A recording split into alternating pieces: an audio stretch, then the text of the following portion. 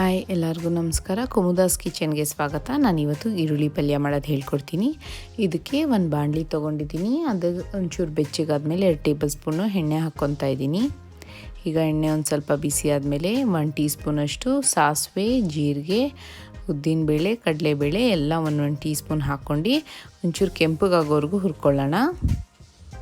ಇವಾಗ ಇದಕ್ಕೆ ಒಂದು ಸ್ವಲ್ಪ ಕರಿಬೇವಿನ ಸೊಪ್ಪು, 4 ಒಣಮೆಣ್ಸಿನ್ಕಾಯಿ ಹಾಗೂ 4 ಹಸಿಮೆಣ್ಸಿನ್ಕಾಯಿನ ಸ್ಲಿಟ್ ಮಾಡಿ ಹಾಕ್ಕೊತಾ ಇದ್ದೀನಿ.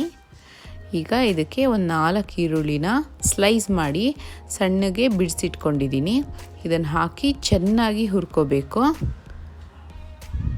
1 ಟೀ ಸ್ಪೂನಷ್ಟು ಅರಿಶಿನದ ಪುಡಿ ಹಾಕ್ತಾಯಿದ್ದೀನಿ. ಹಾಕಿಬಿಟ್ಟು ಚೆನ್ನಾಗಿ ಮಿಕ್ಸ್ ಮಾಡೋಣ. ನಾವೆಷ್ಟು ಹುರ್ಕೋತೀವೋ ಅಷ್ಟು ಟೇಸ್ಟಾಗಿರುತ್ತೆ. ಚೆನ್ನಾಗಿ ಹುರಿಯೋಣ. ಒಂದು 5 ನಿಮಿಷದವರೆಗೂ ಹುರ್ಕೊಂಡ್ರೂ ಸಾಕು. ಈಗ ಇದಕ್ಕೆ ರುಚಿಗೆ ತಕ್ಕಷ್ಟು ಉಪ್ಪು ಹಾಕ್ಕೊಳ್ಳೋಣ.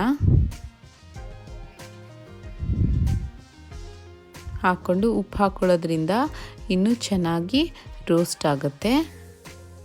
ಈಗ ಒಂದು ಟೊಮ್ಯಾಟೋನ ಸಣ್ಣಗೆ ಹೆಚ್ಚಾಕೊಳ್ಳೋಣ. ಹಾಕ್ಕೊಂಡು ಚೆನ್ನಾಗಿ ಹುರ್ಕೊಳ್ಳೋಣ. ಆವಾಗ ಟೊಮೆಟೊಸ್ ಎಲ್ಲ ಚೆನ್ನಾಗಿ ಸ್ಮ್ಯಾಶ್ ಆಗಬೇಕು. ಸ್ಮ್ಯಾಶ್ ಆದ್ರೇ ಒಳ್ಳೆ ಟೇಸ್ಟ್ ಬರೋದು. ಈಗ ಒಂದು ಲಿಡ್ ಕ್ಲೋಸ್ ಮಾಡ್ಕೊಳ್ಳೋಣ. ಲಿಡ್ ಕ್ಲೋಸ್ ಮಾಡಿ ಒಂದು 10 ನಿಮಿಷ ಮೀಡಿಯಮ್ ಫ್ಲೇಮಲ್ಲಿ ಇಟ್ಬಿಟ್ಟು ಹಾಗೆ ಚೆನ್ನಾಗಿ ಬೇಯಿಸ್ಕೊಳ್ಳೋಣ. ಇವಾಗ 10 ನಿಮಿಷ ಆಗಿದೆ, ತೆಗೆದು ನೋಡೋಣ. ನೋಡಿ, ಅಷ್ಟೇ ಸಿಂಪಲ್ಲು.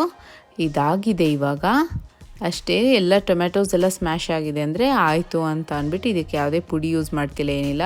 ಪೂರಿ, ಚಪಾತಿ, ಬ್ರೆಡ್ ಜೊತೆ ತುಂಬ ಚೆನ್ನಾಗಿರುತ್ತೆ. ನನ್ನ ವಿಡಿಯೋ ನಿಮ್ಗೆ ಇಷ್ಟ ಆಗಿದ್ರೆ ಲೈಕ್ ಮಾಡಿ, ಶೇರ್ ಮಾಡಿ, ಕಮೆಂಟ್ ಮಾಡಿ ಹಾಗೂ ನನ್ನ ಚಾನಲ್ಗೆ ಸಬ್ಸ್ಕ್ರೈಬ್ ಮಾಡಿ. Thank you.